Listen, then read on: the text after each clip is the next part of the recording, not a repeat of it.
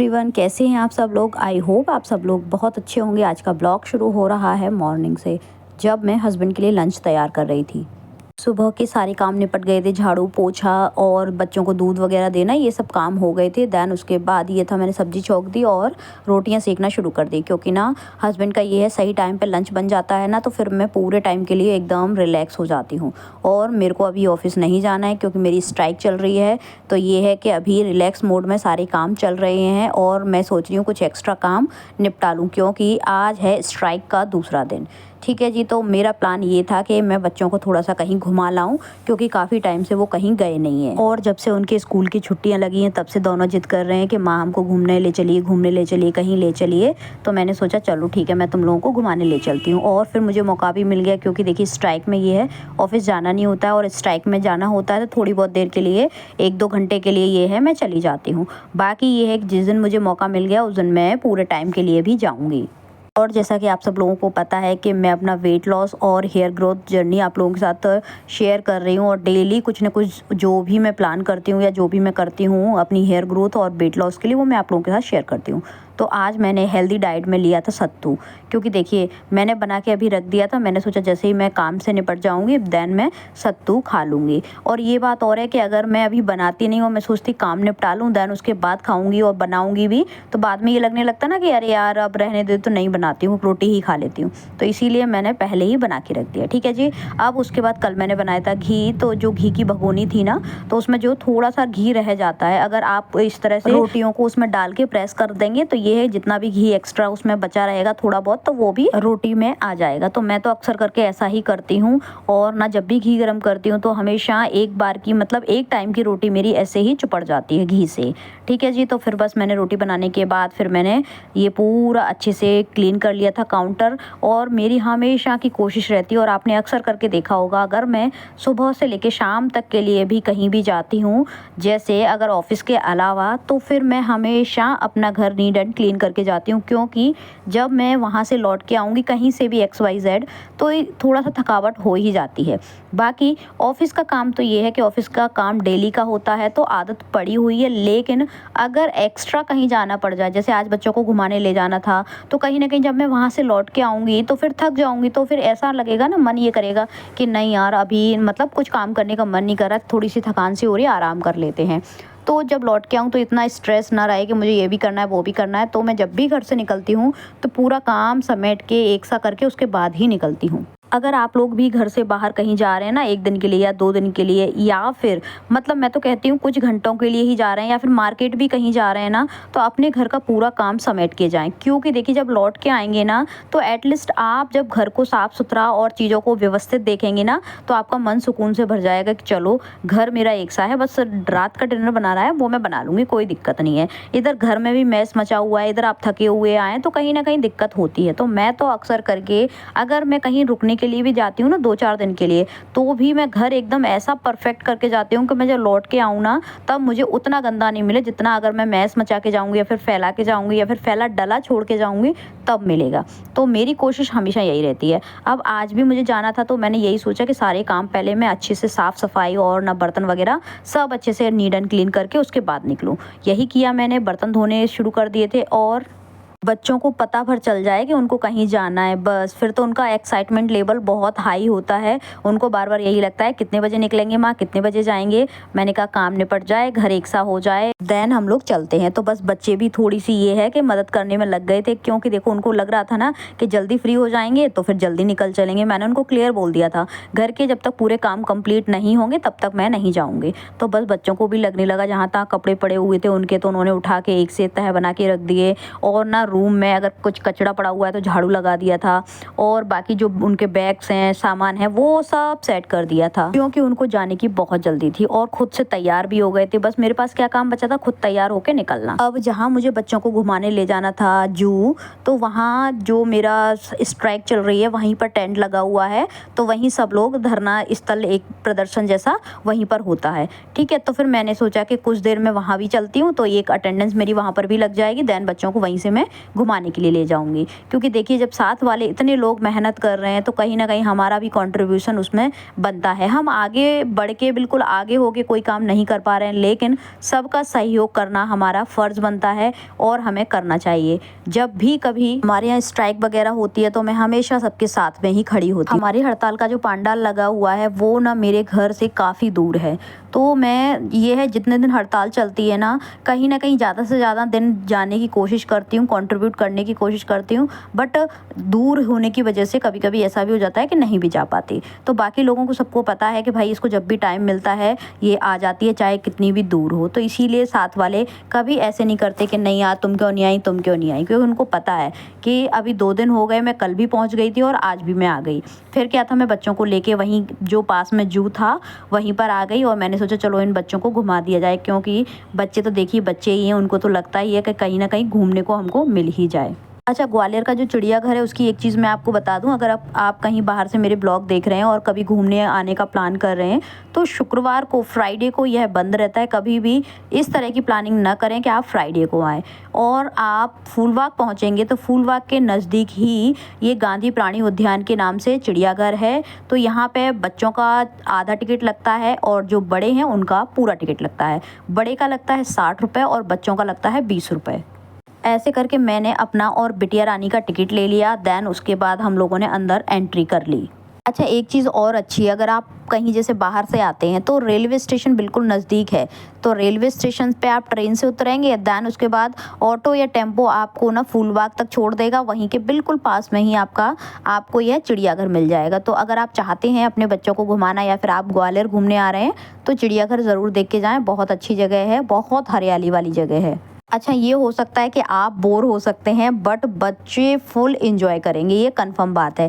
अच्छा, जब मैं लास्ट टाइम यहाँ आई थी ना तो कहीं न कहीं मुझे थोड़ा-सा एक्साइटमेंट था कि चलो घूमते हैं और मैं पूरा घूमी थी। लेकिन इस बारी ना गर्मी इतनी थी ना, लेकिन बच्चों को तो गर्मी भी नहीं लग रही थी। मैंने उनसे 2-3 बार पूछा भी कि बेटा गर्मी नहीं लग रही? तो बोलते हैं नहीं माँ हमको नहीं लग रही है। मैंने कहा चलो कोई बात नहीं, आप घूमो।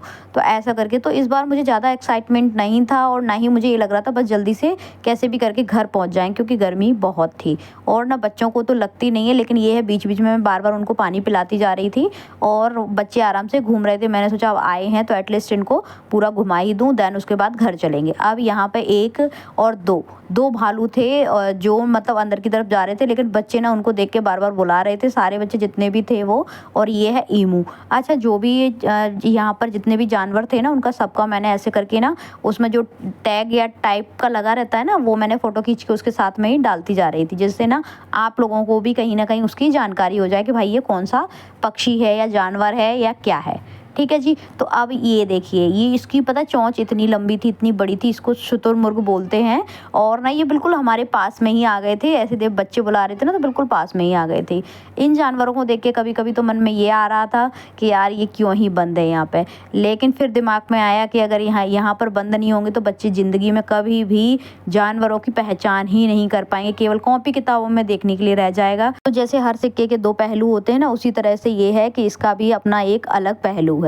ठीक है जी। बाकी तो हमारे दिमाग में तो हमेशा यही जाता है बेचारे जानवर इस तरह से बंद हैं अंदर, और जिस हिसाब से जंगल में वो रहते हैं उनका खान पान रहता है, मे भी मुझे लगता है यहाँ पे शायद नहीं हो पाता होगा, लेकिन फिर भी ठीक है, सबका अपना अपना नज़रिया है, सबका अपना अपना पॉइंट ऑफ व्यू है। अब ये है हिप्पो, ये देखने में वाकई में बहुत डेंजरस लग रहा था, सच बता रही हूँ मैं आपको। और ये हैं सांप, जितने भी थे ना वो इसी रो में थे पूरे, मतलब ये जाली लगी हुई थी और अंदर कांच था, कांच के अंदर सारे सांप थे, अलग अलग इनके घर टाइप के बने हुए थे। एक तरफ ये थे, दूसरी तरफ और दूसरी प्रजाति का, और तीसरी तरफ तीसरी प्रजाति का। इस तरह से अलग अलग इनके मतलब ये विंडोज टाइप की बनी हुई थी। ये देखिए बच्चे देख रहे हैं यहाँ पे, और बाकी आगे भी सभी लोग देख रहे थे। और अच्छा, यहाँ पर एक चीज़ और है कि ना मतलब जो इनके जो घर बने हुए ना, इनको बिल्कुल इस तरह से बनाया हुआ है कि जानवरों को ना बिल्कुल जंगल की फील आए। ये चीज़ भी, इस चीज़ का तो ध्यान रखा गया है यहाँ पे, ये चीज़ मैंने नोटिस की है। अब वहीं पर झूले थे तो मैंने सोचा चलो बच्चे झूले भी झूल लेते हैं, और ना आइसक्रीम भी थी खाने के लिए अंदर, 2-4 चीज़ें, मतलब कुछ सिलेक्टेड चीज़ें थी जो आप खा पी सकते हैं। अच्छा, यहाँ पर ना कुछ झूले फ्री ऑफ कॉस्ट हैं और कुछ के चार्जेस हैं। तो बच्चे ना कुछ तो झूले ऐसे वाले भी झूले थे और कुछ चार्जेस वाले भी झूले थे बच्चों ने, तो वो आपको आगे देखने को मिलेगा। और बाकी यहाँ पर ये लगा हुआ था कि 12 साल से छोटे बच्चे ही इन झूलों का प्रयोग करें। ठीक है जी, तो ऐसा करके बच्चों ने फुल ऑन मस्ती चल रही थी बच्चों की, बाकी मैं थोड़ी सी बोर हो रही थी। अच्छा, जब लास्ट टाइम आई थी ना पिछली बार, और अक्सर करके ना जहाँ भी जाती हूँ ना मैं बच्चों के साथ, तो थोड़ा सा ये है कि मैं भी इंजॉय कर लेती हूँ, झूले वगैरह भी झूल लेती हूँ, और ना बाकी अगर कुछ मेरे लेवल की चीज़ें होती तो मैं कर लेती हूँ। बट इस बार पता नहीं क्यों मेरा बिल्कुल भी मन नहीं कर रहा था, चाहे ये कह लीजिए गर्मी या फिर चाहे ये कह लीजिए कि ना थोड़ा सा स्ट्राइक चल रही है ना अभी, मुझे ये लग रहा था कि मुझे ना पंडाल में बैठने की जगह मैं यहाँ पे झूले और ये सारी चीज़ें देख रही हूँ, थोड़ा सा लग रहा था। बट ये है देखिए, बच्चों को भी कभी कभार मौका मिलता है, बच्चे भी बेचारे मेरा ही मुंह ताकते रहते हैं कि हम कब घूमने जाएंगे। अच्छा, यहाँ पर मैं आपको एक चीज़ बताती हूँ, क्या हुआ था जब मेरे पास बच्चे नहीं थे, तो ये मान लीजिए, या फिर मेरे बच्चे थोड़े से छोटे थे कि मतलब कहीं घूमना फिरना जानते नहीं थे, तब आप बिलीव नहीं करेंगे, मेरे घर पे मेरे यहाँ जो भी छोटे बच्चे आते थे, मैं हमेशा मतलब उनको लेकर घुमाकर और इधर उधर खिला पिला के लेके आती थी, किसी के भी बच्चे हों, चाहे वो मेरी मायके की तरफ के हों या फिर मेरी ससुराल की तरफ हों। तो क्या होता था कि मतलब मैं उनको घुमाने ले जाती थी सब कुछ। लेकिन अब आज जब मेरे बच्चे हो गए हैं घूमने फिरने लायक, लेकिन जब उनको कोई नहीं ले जाता मेरे अलावा, तो मुझे थोड़ा सा कहीं ना कहीं फील होता है। मुझे ये लगता है कि यार, मैंने जब मतलब मेरा टाइम था तो मैं सबको लेकर जाती थी, घुमाती थी, फिराती थी, मतलब कभी ये सोचा ही नहीं कि नहीं यार ये दूसरे के बच्चे हैं, या फिर यार मैं क्यों ही परेशान हूँ, क्यों ही ऑफिस से टाइम निकालूं, क्यों ही इतना घर के काम करने के बाद फिर मैं यहाँ ले जाऊँ उनको, वहाँ ले जाऊँ, कभी नहीं सोचा। बट आज थोड़ा सा कहीं ना कहीं दिमाग में फील होता है। कहते हैं ना, माँ बनने के बाद थोड़ी सी आपकी सारी चीज़ें चेंज हो जाती हैं, इमोशंस भी चेंज हो जाते हैं। तो मुझे अपने लिए कभी कुछ नहीं लगा, बट थोड़ा सा फील यहाँ होता है कि भाई मेरे बच्चों के लिए कोई भी नहीं है मेरे अलावा। लेकिन मैं संतुष्टि यहाँ कर लेती हूँ कि भाई ईश्वर ने मुझे इस लायक बना दिया कि मैं अपने बच्चों को खुद कहीं भी घुमाने फिराने ले जा सकती हूँ, बस मेरे लिए यही काफ़ी है। और हो गई थी बेटा जी जब गाड़ी चला रहे थे ना, वो वाली जो पानी में वो वोट होती है ना, वो तो उनके ना हाथ में थोड़ी सी, मतलब कहते हैं ना, उसको इतना ज़्यादा टाइट पकड़ लिया था कि छाला जैसा पड़ गया था, तो उनको थोड़ा सा दर्द भी हो रहा था। और पता है आपको, जनाब ने हमको बताया भी नहीं कि मतलब मेरे माँ लग गई है या फिर मेरे यहाँ पे दर्द हो रहा है या कुछ भी नहीं। मतलब पता है, मुझे इसी चक्कर में ना इस लड़के पे इतनी दया आती है, मैं आपको क्या ही बताऊँ ना। तो मतलब कभी भी अगर कुछ दिक्कत परेशानी भी हो रही है ना, तो भी मतलब ऐसे नहीं कि अरे मुझे ये प्रॉब्लम वो प्रॉब्लम है या फिर ये वो फलान ढिकान, ये कुछ भी नहीं करना होता है। अगर कोई मतलब परेशान भी कर रहा है ना, तो इतना सीधा बच्चा है, मैं आपको क्या ही बताऊँ। बाहर दोनों सीधे रहते हैं और घर पे ना ऐसा तांडव मचा के रखते हैं कि मैं आपको क्या ही बताऊँ। ठीक है जी, तो बस ऐसे करके धीरे धीरे करके हमारा चिड़ियाघर पूरा घूमा जा रहा था। और ना ये देखिए टाइगर देखने के बाद फिर आ गए थे हम बंदर की प्रजाति पर। कभी कभी ना कैमरे में इतनी अच्छी चीज़ें कैप्चर हो जाती हैं कि ये देखिए, इतने अच्छे मोमेंट्स जब हम इनको देख रहे थे ना, तो इतना अच्छा लग रहा था कि ये देखो। और पास में एक छोटी सी गिलहरी भी दिख गई मुझे, तो मैंने सोचा चलो इसको भी अपने कैमरे में कैद कर लेते हैं। ये देखिए, वो छलकूद कर रही है। अब इन बंदरों को दोनों को देखना इतना ज़्यादा, इन्होंने मतलब इतना खेल रहे थे दोनों आपस में कि क्या ही बताऊं। जब तक हम वीडियोस बनाते रहे ना, तब तक वो पूरे टाइम ऐसे ही एक्टिविटी कहीं कुछ ऐसे ही करते रहे थे। बाकी लोग जो देखने वाले थे ना, वो लोग बोल रहे थे कि ना बंदरों को समझ में आ गया हमारा वीडियो बन रहा है, इसलिए वो और भी ज़्यादा एक्टिविटी कर रहे हैं। अच्छा, अगर आप ग्वालियर घूमने का प्लान बना रहे हैं ना, तो अगर आप ग्वालियर आए हैं तो कंफर्म ये मान लीजिए, अगर आप चिड़ियाघर जाते हैं तो बिल्कुल आपका पैसा वसूल है और आपके बच्चे ना एकदम खुश हो जाएंगे चिड़ियाघर देखकर। बड़ों को थोड़ी बोरियत लग सकती है, बट बच्चे फुल ऑन एंजॉय करेंगे, ये कंफर्म बात है। ठीक है जी, तो बस अब वापसी का टाइम हमारा भी आ गया था। ये ना जो बंदर वाला जो हब है ना, वो सबसे लास्ट वाला है, जहाँ पर ना सारे बंदरों का वो ये पूरा घर बना हुआ है एक तरह से। ये बिल्कुल लास्ट में है, जब बिल्कुल एंट्री गेट के पास पहुँच जाते हैं, ये तब का है। थोड़ा सा और स्पेस चलना पड़ता है, देन आप बिल्कुल चिड़ियाघर के बाहर आ जाएंगे। यहाँ पर एक चीज़ सबसे अच्छी है, वो है हरियाली। इतनी हरियाली है, इतने पेड़ पौधे, और ना एकदम शांति वाला माहौल जो है ना, वो यहाँ पर है। वो तो ये हो रहा था कि गर्मी ज़्यादा थी, नहीं तो ये था 1-2 घंटे और बच्चे यहाँ पर थोड़ा सा खेलते और एंजॉय करते। बट गर्मी के चक्कर में मैं बच्चों को जल्दी घर ले आई, क्योंकि मुझे ये लग रहा था कि कहीं इनको गर्म हवा या फिर लू लपट वगैरह कुछ ना लग जाए या फिर ये बीमार ना हो जाए। तो बस फिर हम लोग निकल रहे थे बिल्कुल बाहर, तब एक ये खेलने का एडवेंचर टाइप से ये बॉल थी कुछ, तो यहाँ पे बच्चे खेल रहे थे, तो बस इन दोनों ने भी कहा कि थोड़ा सा हम भी खेल लें माँ। मैंने कहा चलो खेल लो, फिर निकलते हैं हम घर की ओर। और बात अगर टिकट की जाए तो 50 रुपीज़ बड़े का है और ना 20 रुपीज़ छोटे बच्चों का है। तो ऐसा कुछ ये भी नहीं है कि टिकट भी ज़्यादा हो, जिस हिसाब से टिकट है उस हिसाब से ना बिल्कुल पैसा वसूल है।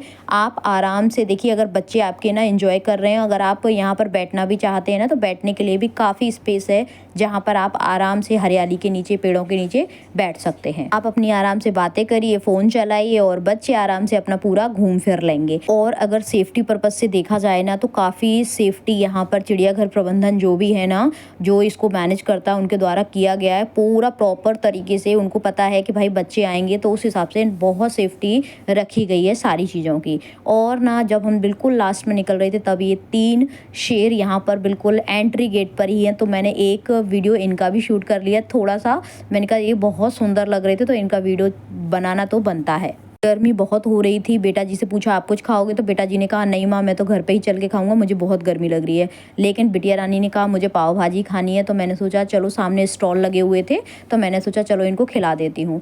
क्योंकि गर्मी ज़्यादा थी, मेरी तो कुछ भी खाने की इच्छा नहीं थी, तो मैंने कुछ भी नहीं खाया। बिटिया रानी की वजह से फिर मैंने बेटा जी के लिए भी पाव भाजी ऑर्डर कर दी। तो इन दोनों ने बैठ के पाव भाजी खा ली और फिर उसके बाद फिर बेटा जी से पूछा तो एक दही की लस्सी उनके लिए भी मंगा दी। अच्छा, अगर बिटिया रानी की डिमांड नहीं होती ना तो हम माँ बेटे दोनों में से एक भी कुछ भी खाने के लिए बिल्कुल भी मतलब मन नहीं था हम दोनों में से एक का भी। बट बिटिया रानी की वजह से फिर हम गर्मी में ही बैठ गए। और फिर क्या था, बिटिया रानी और बेटा जी ने थोड़ा थोड़ा दोनों ने खाया।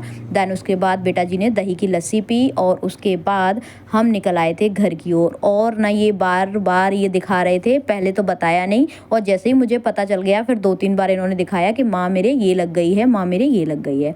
मैंने कहा चलो कोई बात नहीं, अब घर जाने का टाइम हो रहा है ना, इसलिए अब ट्यूशन जाने की बारी आएगी, तो बस कुछ ना कुछ तो बहाना चाहिए ना ट्यूशन ना जाने के लिए। चलिए जी, आई होप आपको ब्लॉग पसंद आया होगा। और अगर ब्लॉग पसंद आया तो प्लीज़ चैनल को सब्सक्राइब ज़रूर करें। और आप किस तरह की वीडियो देखना चाहते हैं कमेंट